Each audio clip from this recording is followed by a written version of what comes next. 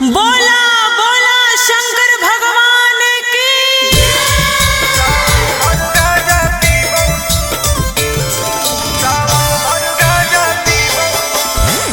Mix by Ankit अहिर।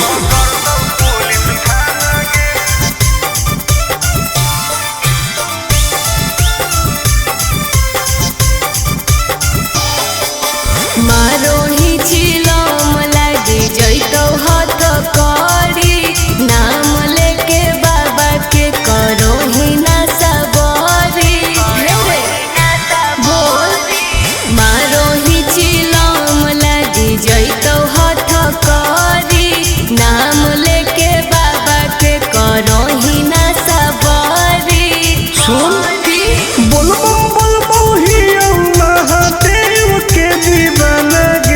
अच्छा सावन भर गाजा पीबौ नहीं पकड़तौ पुलिस थाना गे। सावन भर गाजा पीबौ नहीं पकड़तौ पुलिस थाना गे। तनी बच के रही है।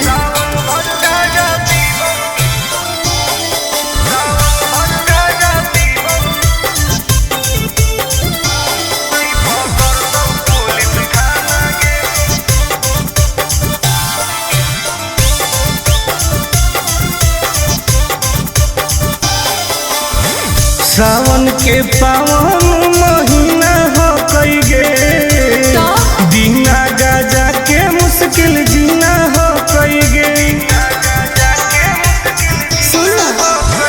कैसन ही तू बाबा के चेला रे, बोलबम बोल के करो ही खेला रे। खाही ना लहसुन प्याज वाला खाना गे।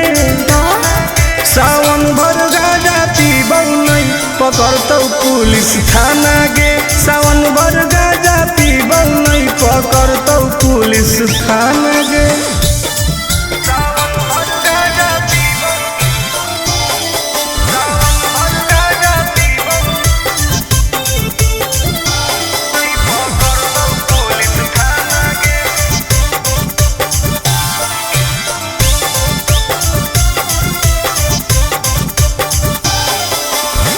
हमारा नहीं कौनो बात के डर हो कई गे। सच पैदल जाके देवो घर हो कई गे। नशा करे करो, छोड़ दे तू कोइल ऐसन कमावा रे, नहीं तो खराब हो तो नमावा रे। नहीं करे टुन टुन आनंद प्रकाश के तू माना गे। हाँ तो पिटाई सावन भर गाजा पीबौ नहीं पकड़तौ पुलिस थाना गे। सावन भर गाजा पीबौ नहीं पकड़तौ पुलिस थाना गे। सब सावन भर फ्री बा।